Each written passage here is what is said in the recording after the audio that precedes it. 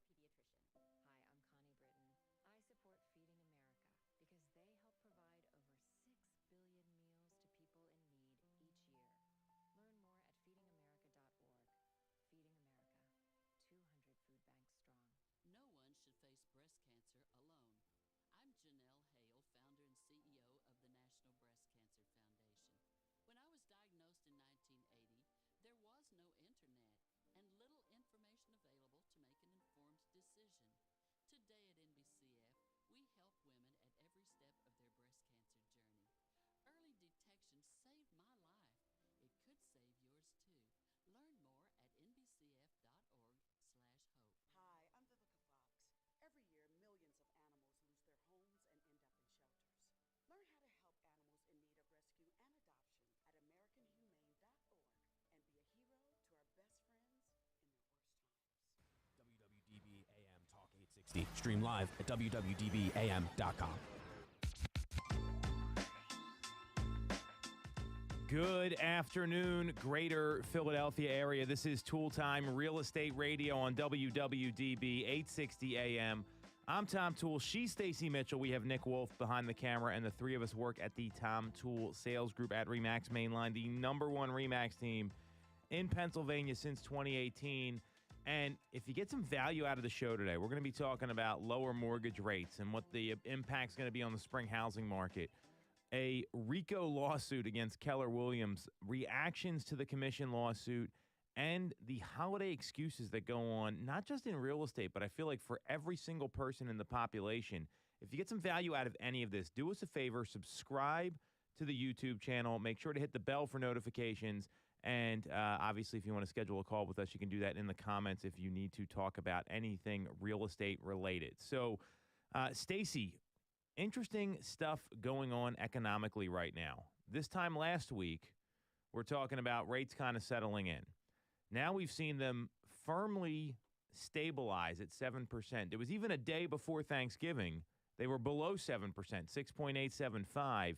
And typically what lower mortgage rates will do is take housing supply off the market, and we have seen demand has picked up, specifically with purchase application data, where we saw that jump up a little bit over the past week. It was up 4%, and it's been kind of an up and down year. We saw 21 positive upswings in purchase application data, 23 negative downswings in purchase application data.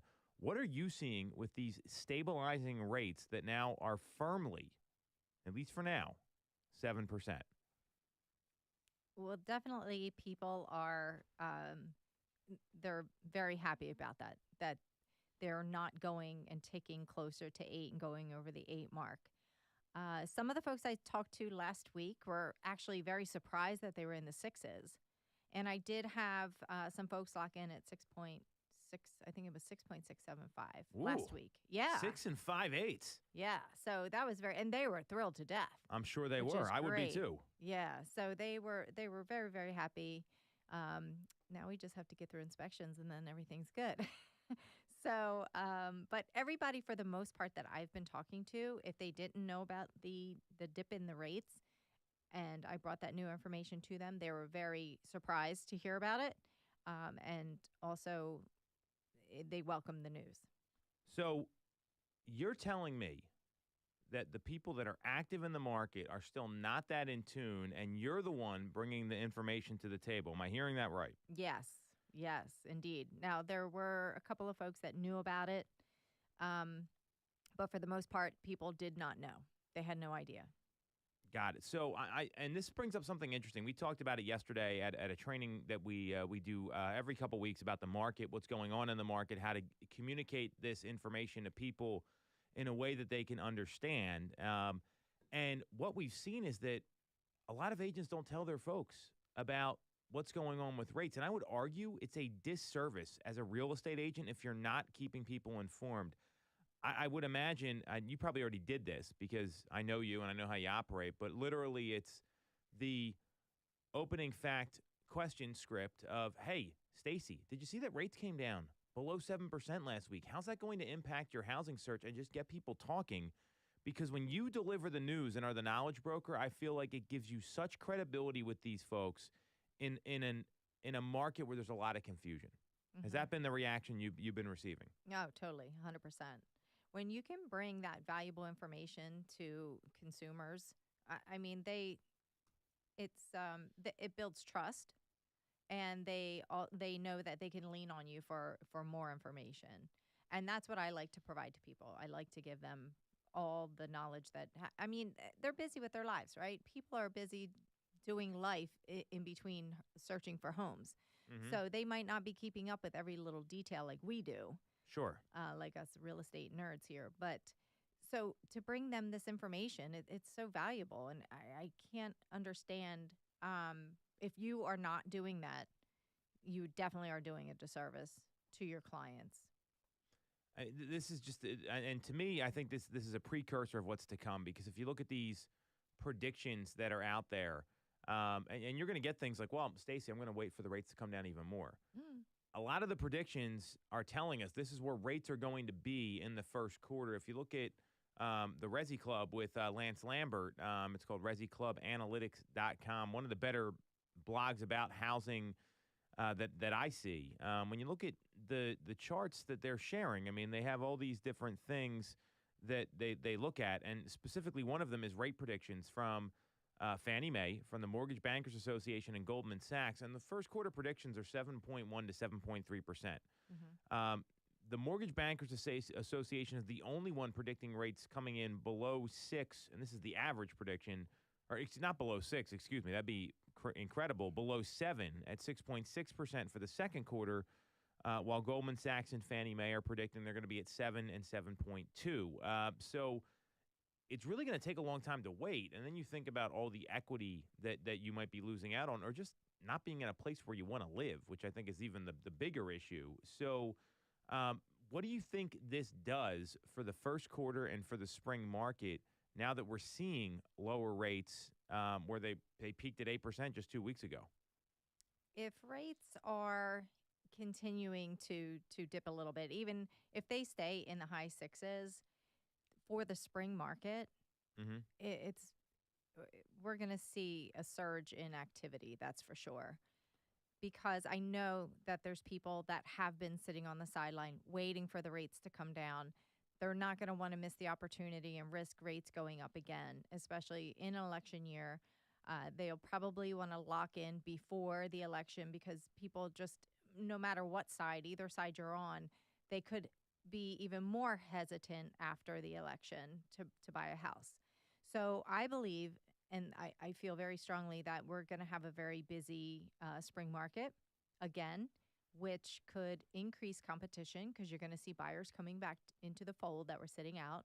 And not only, they're going to be able to take advantage of the low rates, but they have to be mindful that if they are going to wait till spring market for the low rates, there could be that increased competition. So that means possibly offering over asking price, waiving contingencies, back to that whole thing again. So, I just encourage people now, if, the motivation's there. If people have deadlines like lease term, lease expirations, or, job transfers, they have to transact. They have to get into a new home. So now's the best time because the competition is less. People are kind of, waiting out the holidays also. And the interest rates are great right now. So now's the time, because there is opportunity with homes that have been on the market for a week or two, or possibly even longer, depending. And there is less competition. So I agree with that. And what I also see it, housing's only going to go up from here. And I actually disagree with a couple of these predictions that are coming out about home prices, which tend to be wrong in a lot of cases. We're going to get into in a second, because rates come down a little bit, and we've already seen you've seen a 4% bump, and typically what's historically a time of year when there's a seasonal slowdown. And what I mean by that is some people, they're just, and we're going to talk about this in the third segment, because it's like the holidays happen and they get in like paralysis mode and they can't even function because they have Christmas is taking up. I mean, it's we're not even in the month of December yet, and I'm already hearing this nonsense. But it happens. It's a fact. We see people do it. They just can't get past what's going to happen over the next 30 days. So what I'm clear on is that the spring market could be even crazier, even more incredible than what we saw when the market opened up in Pennsylvania. We could see frothy demand because all of these people have put their plans on hold, and just isn't the buyers. This is the sellers that have to go buy something. Most sellers are going to buy something. So when I see all that happening, I get excited for the people that are leaning into a time of year I call separation season, when you can separate yourself from the competition as an agent and actually prep for the year instead of take a month off to drink eggnog and wear ugly sweaters 24 hours a day, 7 days a week. So you're laughing. This is reality. I know. Yep. People pack it in I guess it's somewhat after Halloween. It's okay. Party starts. There's some agents that just pack it in. Yeah. I mean, that's why, unfortunately, the majority of real estate agents are part-time, and that's just kind of what we're dealing with in this. But, I mean, there's still 16% of the year left, more than that. So it sets us up for early next year. I see a lot of opportunity for next year, and the folks that want to lean in, we'll get into this in the third segment. I don't want to spoil that. So you're seeing the same thing I am, that lower rates could mean a frothy, robust, very busy spring housing market. Now, Morgan Stanley came out with a report that kind of tells us the opposite, which I found pretty interesting. So Morgan Stanley dropped a 59-page report. I mean, good for them. I'm not reading the whole thing. I'm going with the summary that Lance Lambert put together. And it details their views on the U.S. economy, the housing market, the bond market. And Morgan Stanley analysts believe that the U.S. economy is going to avoid a recession. Awesome. Incomes will continue to rise. I agree with that given the strength of the labor market. Mortgage rates will decrease slightly. Also agree there. And U.S. housing activity will pick up a little. So all of that I'm in support of. Anything you disagree with there? I agree with all of it. Okay. So all of that we're on board. Despite lower rates, because Morgan Stanley does expect the 10-year Treasury yield to end 2024 at 3.95, which would bring rates down. And a resilient economy, they believe the U.S. home prices are going to fall 3% in 2024. That seems a little off to me, given everything else they're talking about here. What are your observations about this? To me, that definitely seems off. I don't know why, given all those things that we agreed upon, with the interest rates being lower, with the labor market or the increase in salary, and the economy is going to avoid a recession. So, I mean, they're all very positive things. Why would they think that home prices are going to drop 3%? I don't know where they're getting this information. I'm not seeing that, unless they're taking a total overall lump sum of when sellers put their home on the market for, a more aggressive selling price and have to drop their pricing. Maybe that's where they're getting this information. But I know real estate is local, and in our area, we've seen prices go up. We've seen prices go higher and higher as each sale closes. So I don't agree with that. I don't think that housing prices are going to dip. It could be in different regions, yes, but not in our local market. So, spoiler alert, they agree with you. And this is the problem with these national predictions that I want to caution everyone about. And what's going to happen is buyers are going to see this. They're going to say, oh, prices are coming down. That's just bad information. So they talk about the three levers to improve housing affordability. Falling rates, okay, we're going to see some movement there. Most people think that, but we've heard that before. They've been wrong. Rising incomes, that's another one, or falling home prices. And they believe all three will be pulled a little and would create a significant improvement in housing affordability that they've only seen a handful of times over the past 35 years. Now, if you look at the U.S. Home prices measured by the Case-Shiller National Home Price Index, they're up 5.8% year to date, even though mortgage rates are sitting at 22-year highs. But then here's like the asterisk at the end of this report. And I want to just read this to everybody here. If U.S. home prices do fall in 2024, it's possible that many regional housing markets could still post positive home price gains. Just as this year, we will see a positive year-over-year jump. We also witness home prices falling year over year in several regional housing markets like Austin, New Orleans, and San Antonio. And what I'm clear on is that that's probably the most insightful piece of information that is in this portion of the report, because there's markets that get very hot and cold, right? Austin's a great example. They had a big boom during COVID. Now that COVID's over, people are maybe not moving there as much. I mean, it's a smaller city than the greater Philadelphia area, for example. New Orleans and San Antonio. San Antonio is a large area. It's one of the largest metro areas in the country. I believe it's number 7. And all that in mind, I mean, they don't have the same prices that you see in some of the top 4 or 5 metro markets that are out there. So then they go and look at the other 2024 forecasts. Mortgage Bankers Association, plus 4.1%. Fannie Mae, plus 2.4%. Wells Fargo, plus 2.5%. Goldman Sachs, up 0.6%. The AEI Housing Center, plus 4%. CoreLogic, plus 2.6%. Then you have Zillow is saying they're going to remain flat. Moody's Analytics, negative 4.4%. And Morgan Stanley at negative 3%. There's a range here of 8.5%. And this is usually what happens with these predictions. So I would imagine you're going to see some places, just like you are now, they're going to see prices increase, and some they might be down a little bit based on what's going on with their local economy. And that's the thing you got to worry about with these types of reports. So even if lower housing and if lower rates come into play, that's going to drive pricing up because there's going to be more demand. Absolutely, 100%. And that's what it seems to me that's what they fail to factor in, because that is exactly what happens in our area. As soon as the rates come down, the mortgage interest rates, then the buyers come back in the market, and then you have competition. Competition equals multiple offers, equals, over asking price. So it's that cycle that we're in because there is such a lack of inventory, and plenty of buyers still out there. So all this speculation, I love how they put in bold, if U.S. home prices do fall in 2024. And they're always revising their numbers, and they're always retracting what they've said. But I just don't see where nationally this is gonna happen, especially not in our area. The home prices are not gonna fall. And it's just so frustrating with these headlines because people, they grab onto it and that's what they want to talk about. Well, I'm gonna wait because the prices are gonna fall. And I always say, well, how far do you think they're going to fall? That would make you want to buy a house, because that's always an interesting conversation.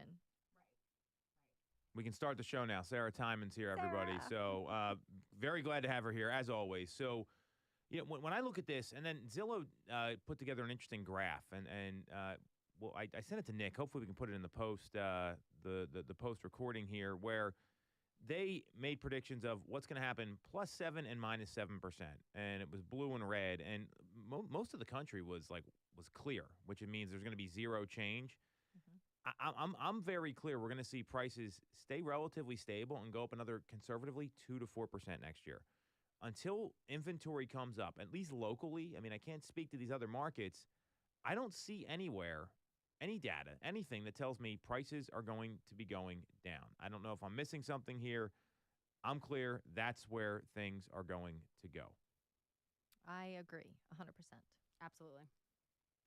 So there's one other piece of information here, and hopefully we'll. I'm going to see it's on Logan Motashami's his Instagram stories. This guy posts a lot on Instagram, so I got to run through these here real quickly. But there was basically he came out and said that the number one hawk, here it is. One of the hawks left said it's over, and this is Connor Sen. And then it's Federal Reserve member Waller just said the Fed's done in case there was any doubt with rate increases. Do you see that happening? We got a meeting coming up here soon. Is the Fed going to stop? I don't think they're going to raise one more time this year because they already signaled that they weren't going to. Into next year, it's election year. I don't think they will. I'm hoping that they don't, but I would not be. I don't think that they will do back to back, but I would not be surprised if they did one more. Well, if they don't, and this is coming right from Waller. So if you don't know who he is, let me just pull this up here and give you his bio. And I think all this stuff is relevant because it looks like the tide is really turning in the economic policy that we're seeing right now. We've seen rates come down, and we've seen some good things happen here. Let me pull this up. I'm just trying to get all this information. If Logan Mohtashami didn't post so much, it would be a lot easier. But I do give him a lot of credit for being super active. So it's and they basically said, hey, we're not gonna here we go.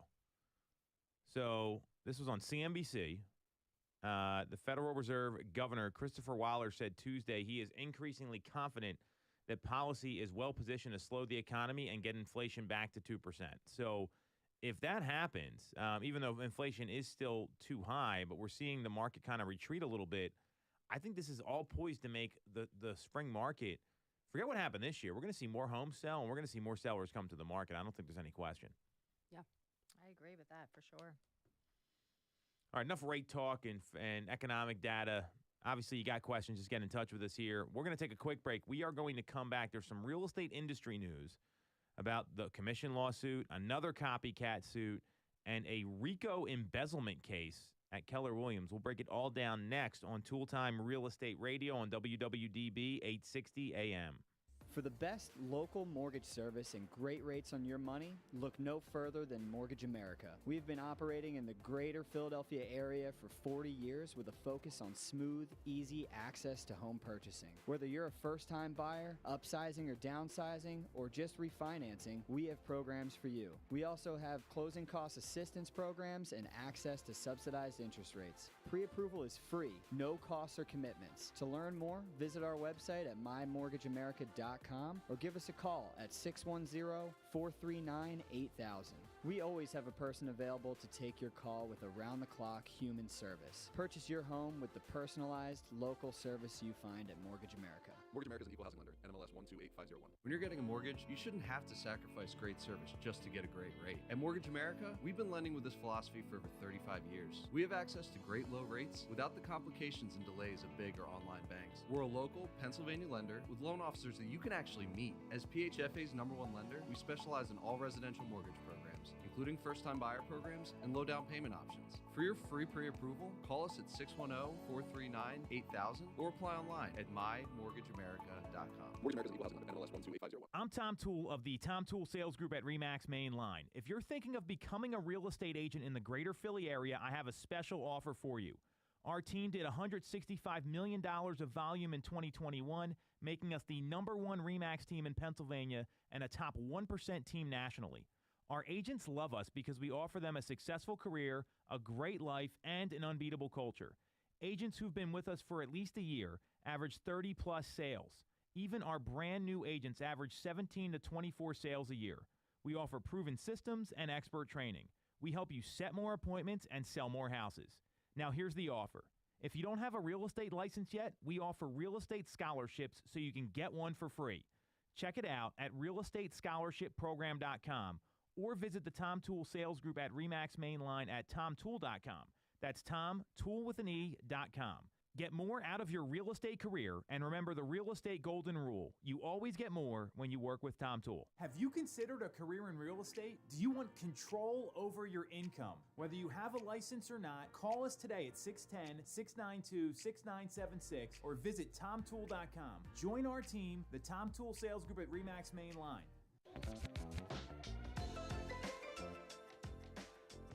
All right. Welcome back to Toole Time Real Estate Radio on WWDB 860 AM. I'm Tom Toole. She's Sarah Time, and she's Stacy Mitchell. We have Nick Wolf behind the camera. The four of us all work at the Tom Toole Sales Group at RE/MAX Mainline, the #1 RE/MAX team in Pennsylvania since 2018. We're going to be getting into some industry news next. If you get some value out of this, do us a favor, head over to our YouTube channel, subscribe, click on the bell for notifications, drop a comment. Or if you want to see us cover anything, let us know, and we'll break it down on the next show. So the real estate industry just is pumping out news left and right here. And unfortunately, it's a lot of, like, legal news. I mean, I don't really care about this story in particular, but it sounds pretty bad if you ask me. So Yesterday, there was news after an initial complaint was filed against Gary Keller and Keller Williams of inflating key profitability metrics, including company sales and profits, to convince individuals to purchase Keller Williams regions and market centers. There have been some tweaks made to the lawsuit, and by John Davis. He also named former President Josh Team, Business Maps and Business Maps Management. These are all the subsidiary companies. And they also expanded the list, adding Gary Keller's son, John Keller, 72 Sold, which is a Keller Williams. You might have seen some commercials about 72 Sold. And a bunch of other people. I don't need to go through the whole thing here. And they added a former Keller Williams Market Center owner. I mean, basically, they pulled in everyone into the lawsuit. And it stated that after the franchisees signed a contract, the defendants then required franchisees to adapt a specific market cap, which is a fee agents pay their market centers.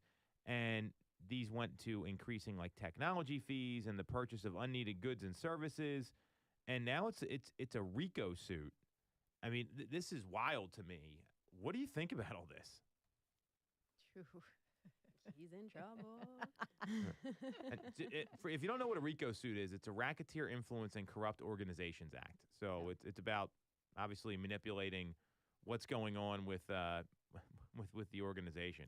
So, like, the basis of it is that they, in addition to, like, if you were going to be, like, signing on to work with, like, Keller Williams, then you also had to contribute towards these side companies. Well, they made them charge some additional fees that they weren't going to charge. And then, they raised the fee that the agents pay from $25 to $65 and said it was to go towards these other things, but really it was just being pocketed. Is that right? I guess, yeah. I mean, I'm not a lawyer here. None of this sounds good, Sarah, though. I do agree with you. I think that, like, for him, if he wanted to just have more money in his pocket, like, saying that you're doing these other things, like, he shouldn't have raised it that, like, dramatically or drastically. He should have charged each agent, like, $5 more and not said it was going towards anything else, you know? Just been like, oh, fees went up $5, and then, like, not said it was going towards these other things. I mean, he'd still be pocketing it, but he wouldn't be lying, which I think would get him in less trouble. And the plaintiff in the suit is the former CEO of Keller Williams, just to be clear. Wow. Oh, my gosh. Well, I think whenever you present a contract and then after somebody signs the contract, you start changing terms, that's bad. Right. Like you start adding, oh yeah, I know it says $25 in the contract, but it's really going up to this. And then we're going to charge you for technology, and then we're going to charge you for this. I mean, to me, that's like bait and switch. Mm-hmm. That would be like you hiring a contractor. You guys signed a contract for a certain job, and then all of a sudden they change the terms and the price and everything. So that's never a good move. Like just present the contracts as they would be in real time. Right. Like if you're going to charge the different fees, you have to present it in the contract at that time. So I don't know, none of this is good. I'm curious. I mean, if it's from the CEO, you would think that they would have some real concrete. He's the ex-CEO. Ex-CEO, that he would have some concrete evidence to. Did he leave by his terms, or was he fired? That's a good question. Well, he definitely has it out for him. So, what is that? Know your enemy, keep your enemies closer. Right. Yeah, he should have done this in that case. But to bring these charges, he would have to have some kind of concrete evidence. Right. Because you're It's on belief and information is what it says here. Belief and information. Okay. So, yeah, well, this is going to be interesting no matter what to see how this plays I'm out. thinking it would, like, present best if the CEO left on his terms because he thought something shady was going on and then brought the attention to it. I mean, either way, if he has the evidence, he's got evidence. So, right. You know. But not a disgruntled employee. Right. It would be coming more up from I knew something shady was going on. I didn't want to be any part of it. Right. Mm-hmm.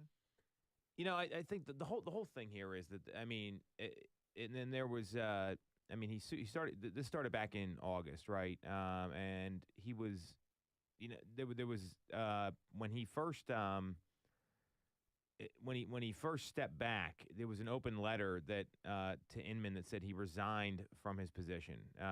And he wrote this open letter to Inman. Then Gary Keller came back in, returned to the role of CEO. I mean, you see this happen a lot in these companies where the ex CEO comes back and like takes over. And he was only appointed CEO for 2 years. So it's when here I found some information here. So this is back from 2019. So there was an email sent late that co-founder Gary Keller will return to his role in CEO after leaving the same post in 1995 and serving on the board. And he replaced John Davis. And there wasn't much information about why he got replaced. And then they said he resigned. So maybe this is why he resigned. Who knows? This is all alleged here.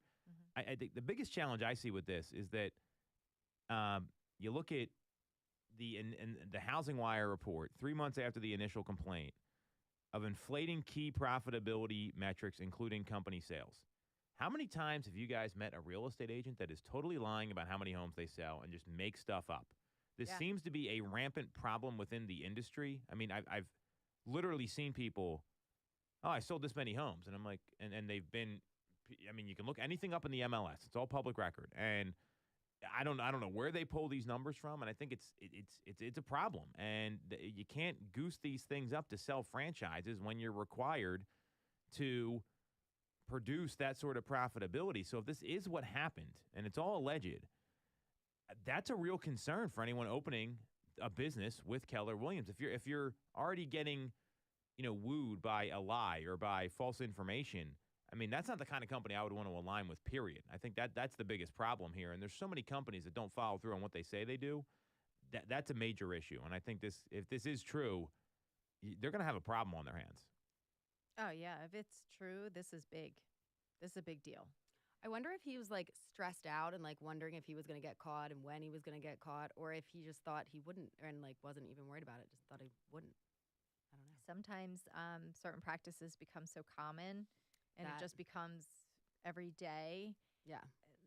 Sometimes the way people run things, it just, they don't even think that it's wrong or because it just becomes, it's like the environment in the NAR, right? Right. Yeah. All the right. It's just, hey, that's how we do things around here. Well, it's not right. It's wrong. Yeah. So here's the statement from Keller Williams. It's from Darryl Frost, a Keller Williams spokesperson. He wrote that the firm will continue to aggressively defend Davis's baseless claims. John Davis has filed new baseless allegations against new parties to get more press coverage.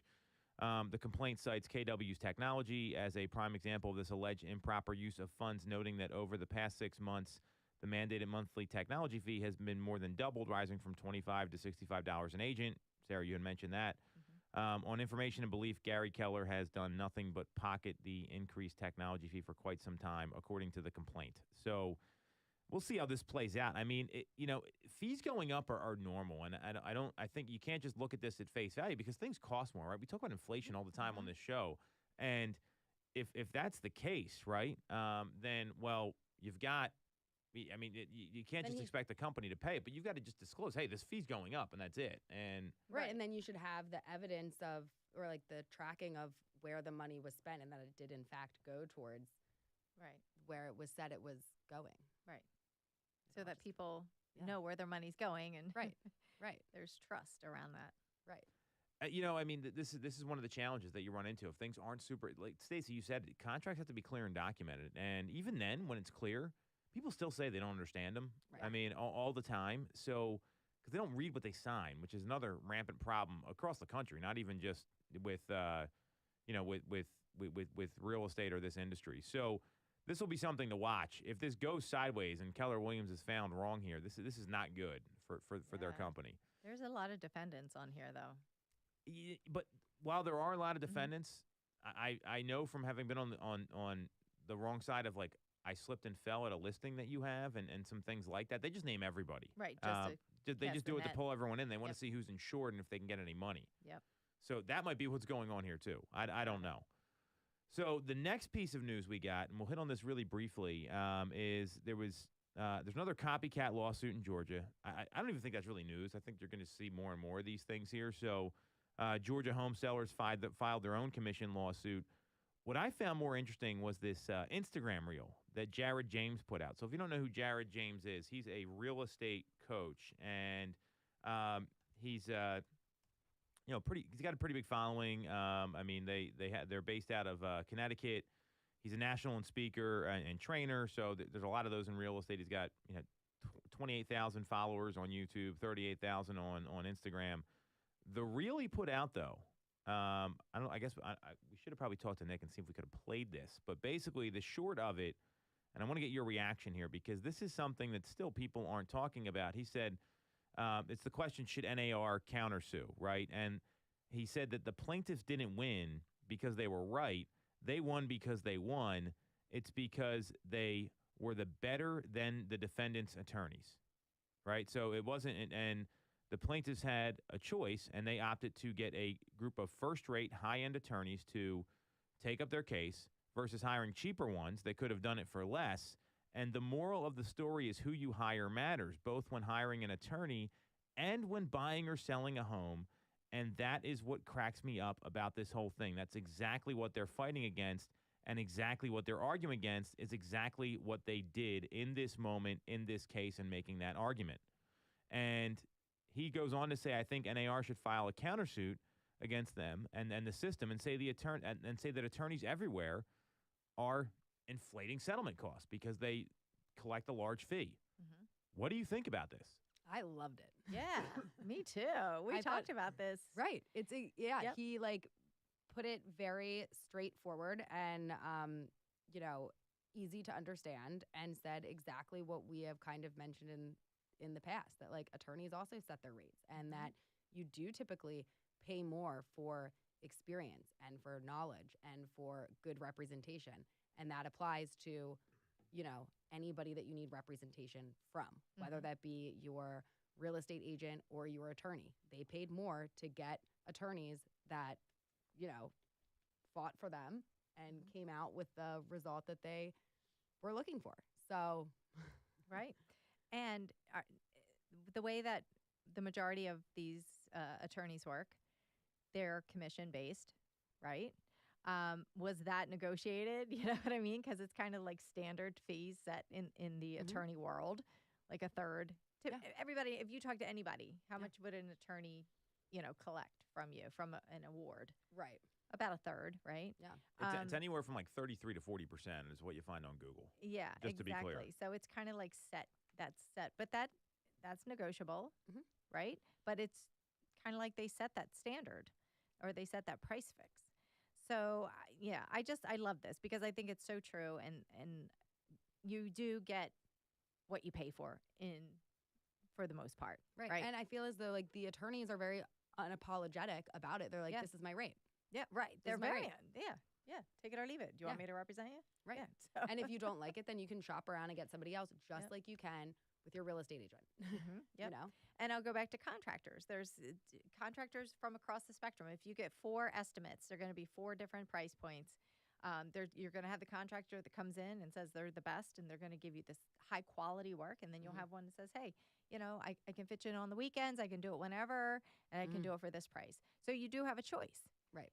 So it's across the board. And then it's kind of up to you as the individual to maybe look at reviews of them, right? Who like stuck with the pricing that they said that they were going to, or who like had issues down the line with things.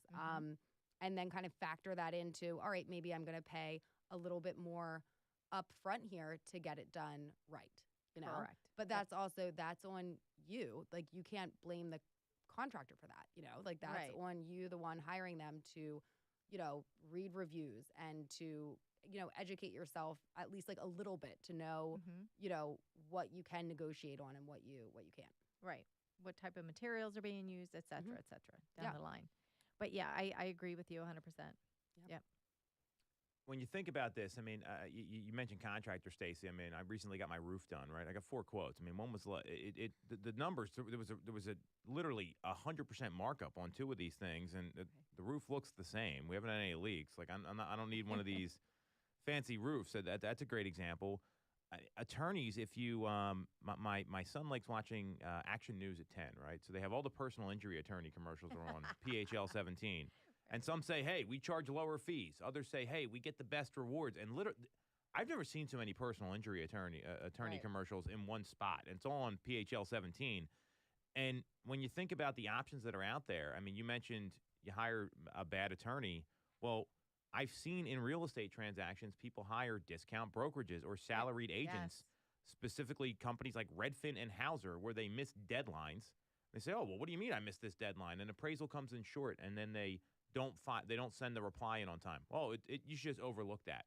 I've had agents come to me and say, "Hey, just give us our deposit money back. My buyer made a mistake and missed the deadline." And my response is, "The seller read the contract. I can't. Right. My hands are tied here." Right. And these are people that do a lot of business. So this is so spot on. This is the best take that I've seen, and we've talked about this before. I do love the idea if NAR actually had any sort of brain in their skull, they would file a countersuit based on that. Right. The problem is you're not going to find an attorney, or you're going to be hard pressed to find an attorney that wants to sue other attorneys. Yeah. Right. That's very taboo, Yes. which sounds like it's price fixing. Right. So we're going to leave it there. We're going to take a quick break. We're going to come back and talk about, I'm going to call this the holiday disease that is going on right now in real estate. And I'm all for holidays. I got a family. We do tons of holiday stuff. We're going to talk about that next on Toole Time Real Estate Radio on WWDB 860 AM. When you're getting a mortgage, you shouldn't have to sacrifice great service just to get a great rate. At Mortgage America, we've been lending with this philosophy for over 35 years. We have access to great low rates without the complications and delays of big or online banks. We're a local Pennsylvania lender with loan officers that you can actually meet. As PHFA's #1 lender, we specialize in all residential mortgage programs, including first-time buyer programs and low down payment options. For your free pre-approval, call us at 610-439-8000 or apply online at mymortgageamerica.com. Mortgage America's equal housing lender, NMLS 128501. The Tom Toole Sales Group is the #1 REMAX team in Pennsylvania with over $165 million in volume for 2021. I'm Tom Toole, and our team has achieved that kind of success by being a great place to work with and to work for. No one knows Greater Philly better than we do. We know real estate, but more importantly, we're real people. We hire the best agents, and we give them all the tools to succeed. Even our brand new agents sell 17 to 24 homes a year because our team delivers the best experience in real estate. Teams deliver a better experience than individuals, and we're a top 1% real estate team in the country. We call it AAA service. We're your advocate, ally, and advisor. Because this isn't a transaction to us, it's a relationship. If you're buying or selling a home, call the Tom Toole Sales Group at REMAX main line at 610-692-6976 or visit tomtoole.com. That's tomtoole.com. Sell your home for more, and remember the real estate golden rule. You always get more when you work with Tom Toole. Have you considered a career in real estate? Do you want control over your income? Whether you have a license or not, call us today at 610-692-6976 or visit tomtoole.com. Join our team, the Tom Toole Sales Group at REMAX main line.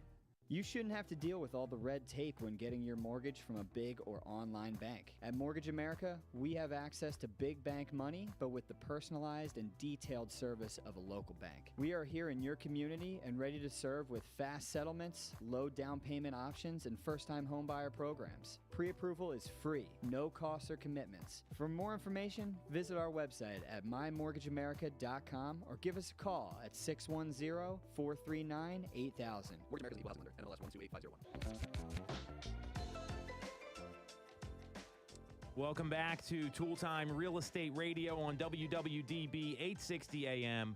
I'm Tom Toole. She's Stacy Mitchell. She's Sarah Time. And we have Nick Wolf behind the camera. And we all work at the Tom Toole Sales Group at REMAX Mainline, the #1 REMAX team in Pennsylvania since 2018. And we are streaming live on YouTube. If you get some value out of this, subscribe, hit the bell for notifications, tune in every week. We're there streaming live so you can see Sarah, myself, and Stacy in the studio. So holiday season's here, right? Usually Thanksgiving's like the kickoff. It's a little muted. Some people are maniacs and already have their Christmas decorations up since like the end of October. I find this to be one of my favorite times of year for business. And not that we're not spending time with our families and doing those things. I know we're all doing that. But there's so many people that, like, Stacy, you said it. It's like, it's October and they're talking about next year already. Right. Mm-hmm. There's 33 days left in the year. That's almost 10% of the year. And people are already kind of mailing it in. I mean, I was giving an anecdote earlier. I was at a doctor's appointment with one of my kids, and they were talking about scheduling the next checkup for their kid, right? And so this is a pretty regular thing. They usually schedule right when you're there. Is that what you do with your daughter? Mm-hmm. And this person goes, I just can't even deal with this right now. And it was like a 6-month checkup, so they could have just scheduled it. I'll call me after the holidays. I'll deal with that. This is a doctor's appointment, Oh my right? gosh. And I That, mean, to me, sounds like more work. Like, just do it while you're there. Yes. Get it in. Yes. And, like, Be done with it. right. Because then if I have to remember, because, like, now you're going to make the doctor's office call you, or, like, if I have to remember to call back in, it's not happening. well, it does create more work, and avoiding work Right. creates more work. Yes. And it makes it harder because you're playing catch up, right? You're committing to too much. So. Jason Posick, who you guys both know, he's a good friend of mine. He is the sales manager for a large team up in Massachusetts. He calls this separation season, where you can separate yourself from the rest of the market. And when everyone's coming back into the office, like January 2nd, January 3rd, it's like going to the gym in January, right? Those people there, they're ready to commit to finally getting in shape after 15 years of not doing it every single year. Right. You can set yourself up so well. So you have listings launching January 2nd. So you have buyers going under contract on those new listings. They're pre-approved. They've already done all the things they need to do. I look at this as an opportunity, and there's probably some challenges or some objections you got to deal with. What are your two approaches? Because, I mean, I remember a couple years ago, Sarah, I think you did like 6 deals in the month of December. Oh, it was awesome. Wow. And It was super cool. and obviously, I've taken 17 listings in the month of December before. Stacey, you're always selling a ton of houses. Yeah. But my point is, all these case studies here, they demonstrate the opportunity in the month of December, and it gets you off to such a good start to the year. So what are you two doing to prep right now to make the most of the next 33 days in the calendar?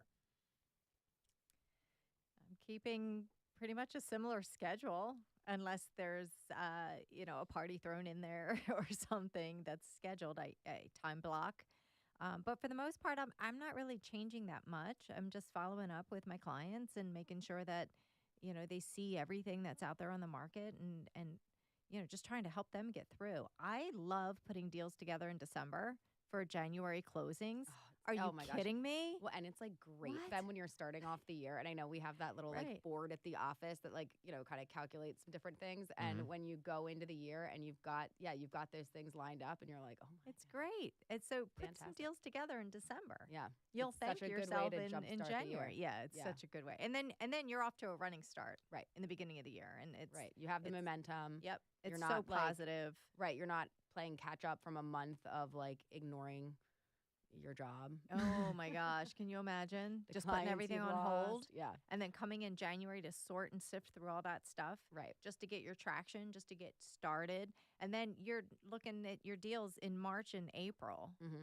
So why not put the effort in now or keep the same working flow, working Right. schedule so that you have a really positive start to the new year? Yeah. And I mean, I think there are, as you get closer to the holidays, there are going to be certain days where you have family things. Or I know, like, with my husband's family, because it was too hard for, like, everybody to do Christmas on Christmas, with, like, trying to hit different families and whatnot, we do an off Christmas with them, like, the weekend before. Mhm. Smart. So, like, you're going to have those things. Block those off. Enjoy those times. And, but, like, reserve the time that you need to for the different things. But nobody, or I don't know, maybe like the most popular person in the world has like multiple events every day from now until Christmas. So like, block off the time that you can't do things, and then the days that you can, just work as you normally would. Mm-hmm. Yep. Christmas is one day. You factor in Christmas Eve, you got 2, right? The day after Christmas, it's 3. So you got those 3 days. Maybe you have like some families, but it's on the weekend anyway. I mean, there's still there's so much opportunity, and it comes back to you guys talk about having momentum. You know what's a lot harder than keeping momentum? Generating momentum. Yes. It's very difficult to do because you got to put in all that extra effort to give yourself that confidence and that flow state that happens when you're doing those things and constantly. Just imagine it's a stone wheel you're pushing. If you have the thing stopped and you're trying to get it going, and let's say it's like 1,000 pounds, one push is not going to do the job. But when you're constantly like keeping it going, it's way easier. So that's a great point on your part, Sarah. Also, it's the fail of not running off a schedule, right? Mm-hmm. I mean, I'd take days off all the time. So does everybody else. There's days I know we all don't work. People think real estate agents work every day of the week, right? There's days off, there's time off, it's blocked. If you're going to block off, hey, I'm traveling to Lancaster, right? Or I've got my annoying in-laws coming over or whatever you have going on, you can block that off in your calendar and just do some pre-planning and schedule it. And that's how you can maximize productivity. The flip side is it's way easier getting people on the phone this time of year because they're all skipping out on work. It's easier to show homes because right now it gets dark at what, like 4:30 at night? It's very depressing. I'm disappointed they didn't pass daylight savings time, the elimination of it. That would have been great. We're here now.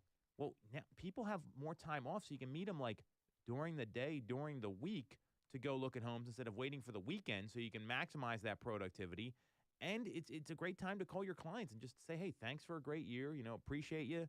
How's your first holiday in your new home? There's so much opportunity. And the people that can't get that through their head, I mean, this is why a lot of agents don't make a lot of money. I mean, because it's not I'm going to work when I feel like it. Like there's a lot of working days in December. I just don't get this. It's so incredible to me. This happens every year, but it's separation season. I think that's the way to look at it. So what kind of goals do you two have for the month of December? So Stacy wants to sell a bunch of houses. Yep. I mean, like, have you really thought, like, hey, here's my numbers, here's what I got to hit? And look, December's not here yet, so it's a good time for us to maybe do this. December's not here, but I have my eye on a number of targets. I mean, honestly, if I could do 4 to 5 deals, get them under contract, I'd be super psyched. Yeah. And I do have motivated people and there's a couple listings that I'm working to try to get under contract too. So that's my goal. And if I can position myself that way, I'll be off to a great start for January. Right. I mean, what's nice for like the listing side, it can be like, we don't need, if you want to wait to actually list until January, that's fine. Like, and we can go through all the different reasons why, homes show great in December and like all that stuff. But if they're like, I'm not doing this till next year, you can still get it signed in December. So, and like get some of that preliminary stuff out of the way so that you can, January comes, you can list. And for buyers, like you can line up the settlements for January, you can get them under contract. So that piece is done. And then it's just like, you don't have to move on Christmas Day. Like nobody's going to make you do that.